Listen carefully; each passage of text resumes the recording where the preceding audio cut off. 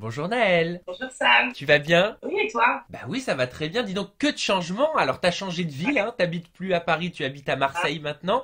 Et t'as ouais. changé de look aussi, puisque la couleur c'est complètement nouveau. Ouais, j'ai fait rouge, acajou, prune, tout ce qu'on veut. Enfin, ouais, j'ai changé. Bah franchement, j'aime bien, honnêtement. Nouveau look pour cette fois-ci. Ouais, bah nouveau look pour une nouvelle vie, tu vas m'en parler, hein. Tu vas nous en parler de tout ça. Parce que le sommaire, il est chargé. On va forcément parler de ta relation avec Monsieur Lagdar et surtout de votre rupture, hein, après la villa des cœurs brisés. On va parler de Martika, ta meilleure amie dans l'aventure, et Il tu vas nous me parler lève. et tu vas nous parler de ta vie sentimentale aujourd'hui. Alors à la maison, vous restez avec nous. Tout se passe, vous le savez, juste après ça.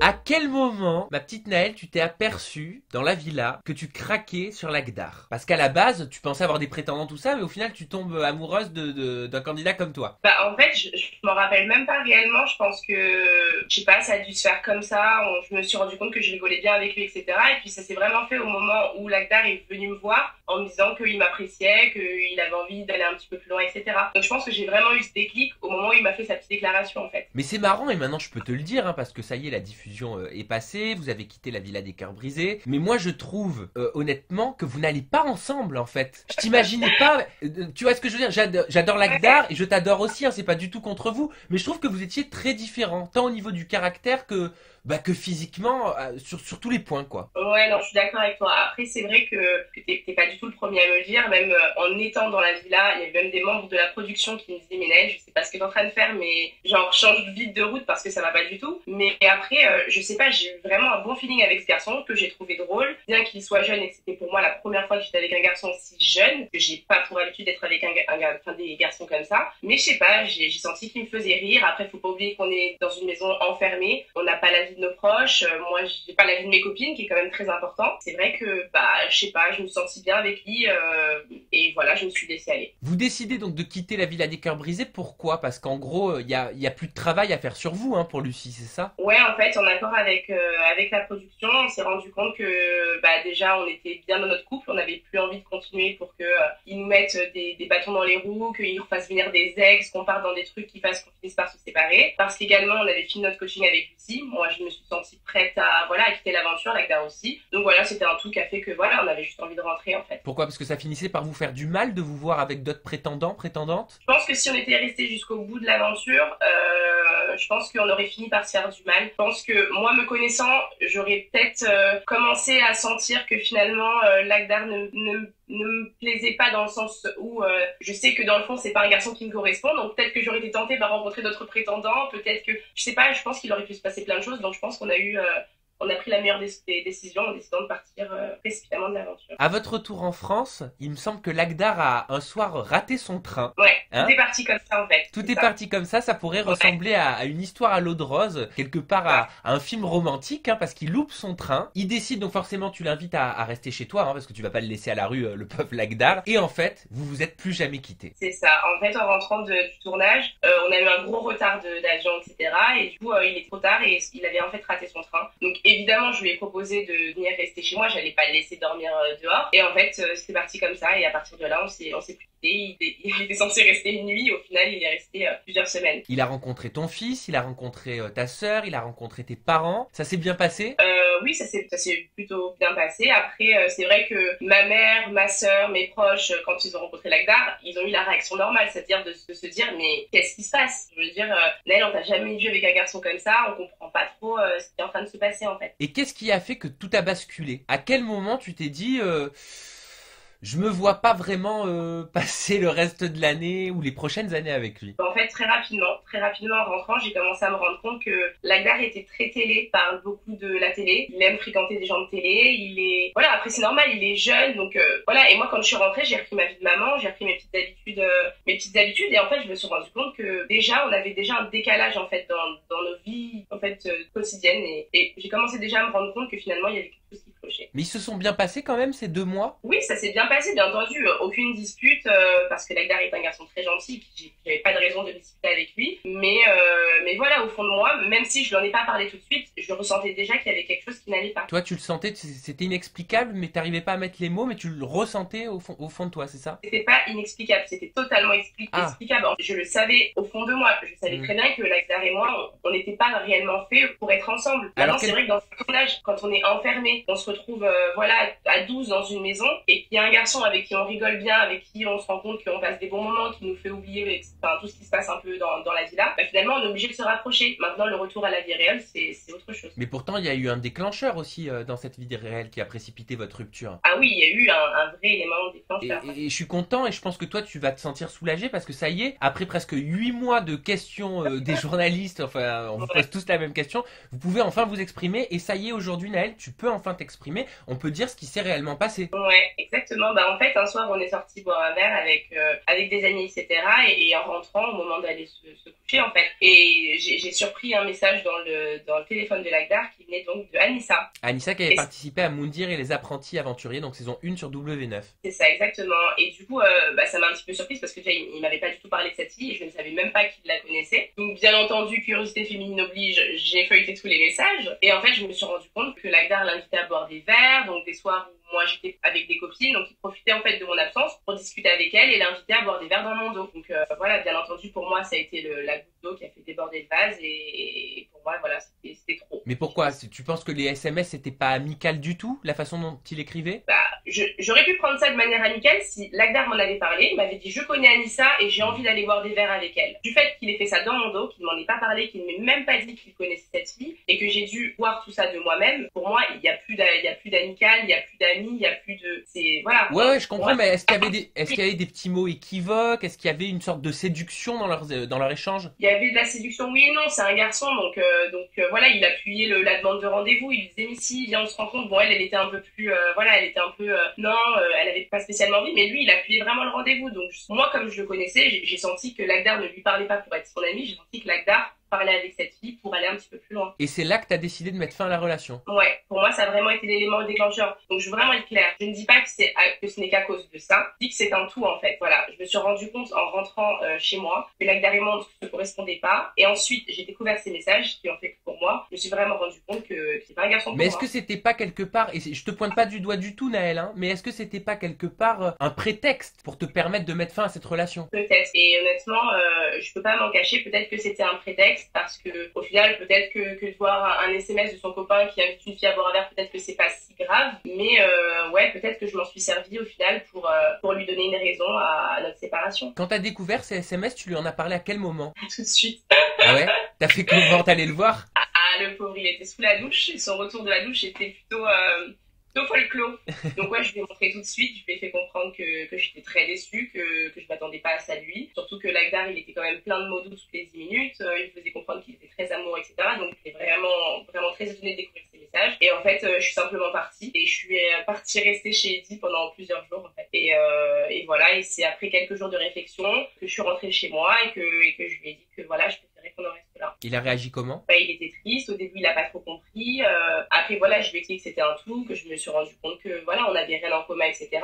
Et voilà, il a été très déçu, mais il m'a comprise dans le fond, et puis il a tout à faire, et il est parti. Tu sais moi ce qu'il m'a dit? Non, je ne sais pas, mais tu vas me le dire. Eh ben oui, il m'a dit il m'a clairement avoué qu'il avait déconné quoi, qu'il s'était comporté comme un connard pour reprendre ses mots. Ouais. C'est plutôt bien moi je trouve d'admettre les choses. Ouais, bien sûr, ça m'étonne pas, je pense que je suis persuadée que voilà, que Lagdar regrette encore jusqu'à aujourd'hui son comportement. Maintenant, je veux comprenne, si regarde ce petit message, je comprenne que les messages que j'ai découverts, c'était ça a été un choc pour moi, mais il y a aussi tout le reste. Pour moi, Lagdar est trop jeune, Lagdar est encore trop télé, il veut encore participer à plein de programmes de télé. Moi, j'ai ma petite maman, j'ai ma vie posée. Voilà, je pense qu'on se correspond juste pas en fait. Vous êtes amis aujourd'hui? Oui, on est amis, c'est quelqu'un que je respecte, que j'apprécie beaucoup et à qui je ne souhaite que du bien. Et il n'y a pas d'ambiguïté possible, vous arrivez à rigoler comme deux amis? Alors, de mon côté, il n'y a aucune ambiguïté. Moi, Lagdar, bien entendu, je ne le revois pas. Je veux dire, on va pas se boire des cafés ou quoi au caisse, parce que je pense que de son côté, il y a encore une petite fragilité, qu'il a peut-être encore des sentiments pour moi. Peut-être que je dis ça, peut-être que je me trompe complètement, hein. Mais je pense, je vois la chose comme ça, par respect pour lui et pour ce qu'il ressent, j'ai pas envie de lui faire croire ou de le laisser espérer quoi que ce soit. Donc on s'appelle de temps en temps pour prendre des nouvelles, mais voilà. Bon c'est bien quand ça se termine de façon intelligente comme ça. Et petit coucou à toi Lagdar, si tu nous regardes, on t'aime beaucoup, tu le sais. Alors parlons de toi maintenant Naël, est-ce que tu l'as trouvé l'amour? Eh oui, j'ai enfin trouvé l'amour. Ah, Mazal Tov.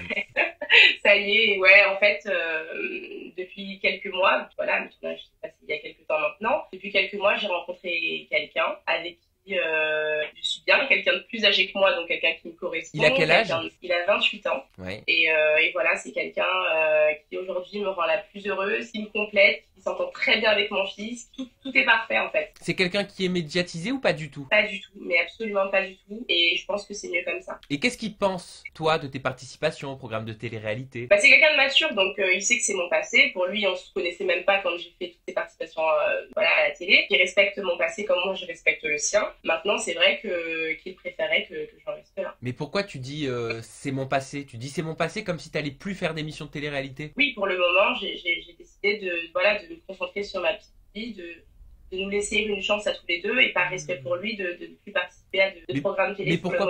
Parce qu'il aime pas? Il a peur pour votre couple? Ou c'est toi, qui as réalisé que c'était pas bon pour construire une vie de couple stable? Honnêtement, participer à des programmes télé, je pense qu'on sait tous que voilà, on a toujours eu cette envie de se rapprocher de quelqu'un, il se passe toujours des petits trucs. Et moi, je me mets à sa place. Je pense que je n'aurais pas apprécié qu'il se retrouve enfermé dans une villa entourée de dinénettes en bikini tous les jours ou super sexy machin. Donc, je suis obligée de me mettre à sa place et de me rendre compte que couple veut dire je ne peux plus participer à des programmes télé pour le moment. Donc ça veut dire que pour l'instant, t'arrêtes? Ouais, pour l'instant j'arrête. J'ai eu des propositions après la villa que j'ai déclinées. Pour le moment, je préfère en rester là. Après, je ne dis pas que j'arrête pour toute ma vie, hein, mais je préfère pour l'instant me laisser une chance et en rester là. T'as eu quoi comme proposition que t'as décliné? J'ai tapé pour les anges Ouais. neufs là. J'allais te poser la question. Voilà, j'ai tapé pour les anges et je leur ai dit non. Donc t'as même pas passé le casting? Non, je ne suis pas allée passer le test. Ouais. Tu t'es payé ce luxe? Et oui, je me suis payé ce luxe. Je suis partie de ces candidats là.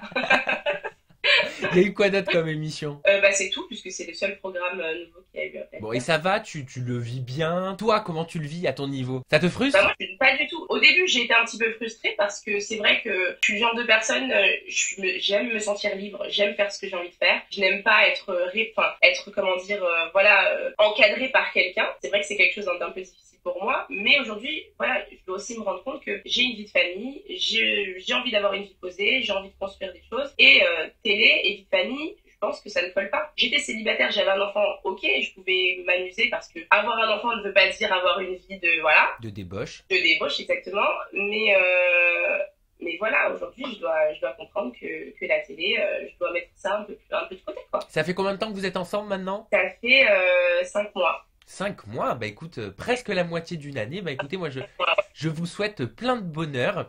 Et pour rebondir, Naël, sur ce que tu disais juste avant, j'ai un enfant, je veux une vie de famille stable. Celle qui a remis en cause ta vie de famille, justement, c'est Martika dans La Villa des Cœurs Brisés, qui t'a dit textuellement, je comprends pas pourquoi tu fais de la télé-réalité alors que tu as un enfant. Ça t'a énervé? Bien sûr que ça m'a énervé. Moi, je suis le genre de personne dont on peut me critiquer comme on veut sur mon physique, sur ma manière d'être, sur tout ce qu'on veut, mais je ne veux absolument pas qu'on touche à ma vie de maman, moi en tant que maman, ou qu'on touche à mon fils en fait. Et je veux dire, Martika, au moment où elle a fait ce commentaire qui était donc sur Twitter, elle ne me connaissait pas, elle ne savait pas qui j'étais, elle s'est permis de me juger sans me connaître en fait. Donc bien entendu, ces propos, ils m'ont pas blessée, parce que moi je sais qui je suis en tant que maman, mais je veux dire que ça m'a bloqué avec elle et j'avais plus du tout envie de continuer à apprendre à connaître cette fille, quoi. Ah, donc c'est ça, en fait, il y avait un passif, quoi, avant la villa. Oui, je veux dire, moi je vois encore sur les réseaux sociaux plein de gens qui me commentent en me disant oui, je suis désolée, t'es maman, mais qu'est-ce que tu fais à la télé en étant maman? Alors il y a un truc que je comprends pas. Nous, quand on devient parent, c'est quoi en fait? On doit être en prison, on doit avoir une vie de merde parce qu'on est parent, mais ça n'a rien à voir. Je veux dire que je serais une bonne maman, c'est quoi être un bon parent? C'est se lever à 8h, aller travailler, rentrer à 20h, voir son enfant 1 heure avant d'aller se coucher. C'est ça être un bon parent? C'est parce que je suis partie 4 semaines en tournage et que tout le reste de l'année je suis chez moi avec mon fils toute la journée, tout le temps. Ça veut dire que je suis une mauvaise mère en fait? Je comprends pas trop ces gens qui pensent comme ça. Moi oui, je suis jeune, j'ai eu mon enfant à 17 ans et j'avais pas envie de m'arrêter de vivre. J'ai eu envie de continuer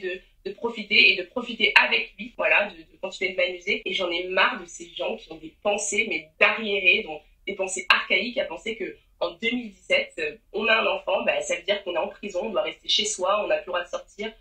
Moi, je trouve ça aberrant d'avoir des pensées comme ça, je sais pas. D'où ton comportement peut-être aussi avec Martika, comme tu le disais, hein, pendant le tournage. Bien sûr, j'avais plus envie après ce qu'elle a dit de moi, j'avais plus plus envie d'être gentil avec elle. Et au-delà de cette phrase qu'elle avait balancée sur Twitter, est-ce que tu aurais pu t'entendre avec elle? Après, oui, Martika, c'est une fille qui est plutôt gentille dans le fond. On sent que c'est quelqu'un de très naïf, quelqu'un d'un peu faible, entre guillemets, voilà. Parce que vous l'avez pas épargné quand même, Naël. Tu sais, il y a des images un petit peu fortes. Quand elle rentre par exemple de date, qu'elle essaie de raconter son rencard et personne ne l'écoute, mis à part Nathalie. On a l'impression que vous vous en foutez totalement. Elle est inexistante pour vous. Personnellement, Sam, je ne peux pas te mentir, je m'en fous totalement. Moi, j'avais une vraie raison, personnellement. Après, les autres, c'est leurs histoires avec Martika.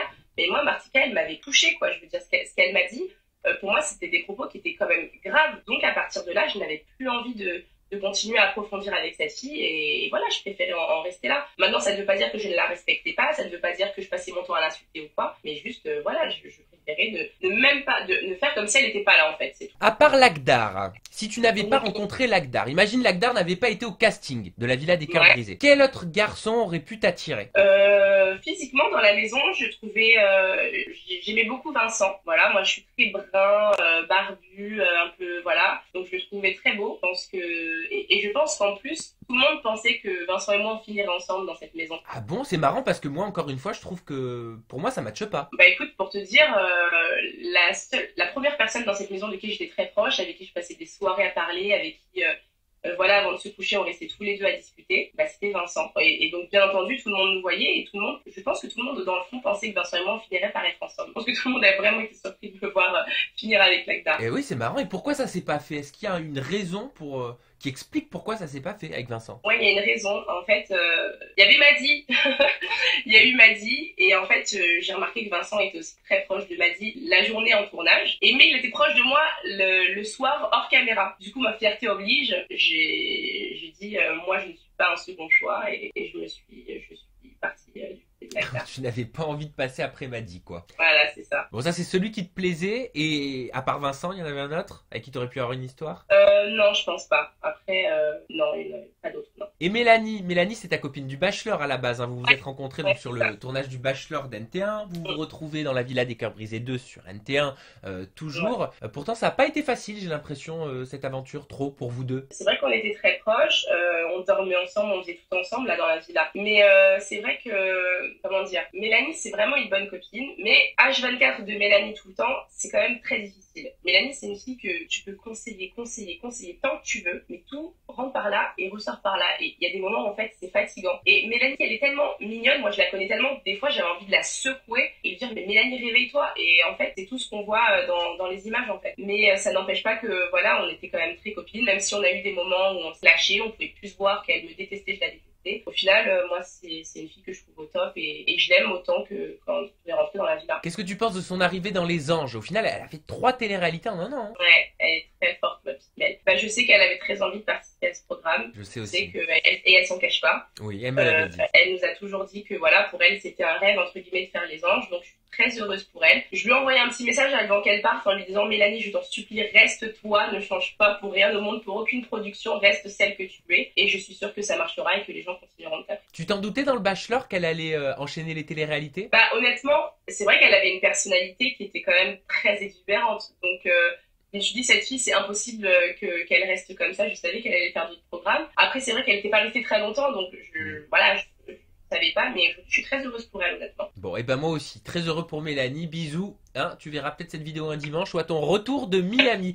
Qu'est-ce que je peux te souhaiter, Naël? Bon, pas de nouveau programme de télé. Non, pas de nouveau programme de télé, mais voilà, d'être heureuse, de continuer ma vie, peut-être d'autres enfants, un mariage, je ne sais pas, mais ouais. T'aimerais avoir un autre enfant et te marier? Ah oui, j'aimerais beaucoup. En plus, mon fils, il devient grand. Ça commence à faire beaucoup d'écart, donc ouais, j'aimerais. Bon, bah, qui sait, peut-être bientôt un petit frère ou une petite sœur. Ouais, j'espère. J'espère que même si tu ne fais plus de télé, tu me tiendras quand même informé. Bien sûr, avec plaisir. Voilà, parce que tu sais que moi, j'aime prendre des nouvelles. Hein. Ouais.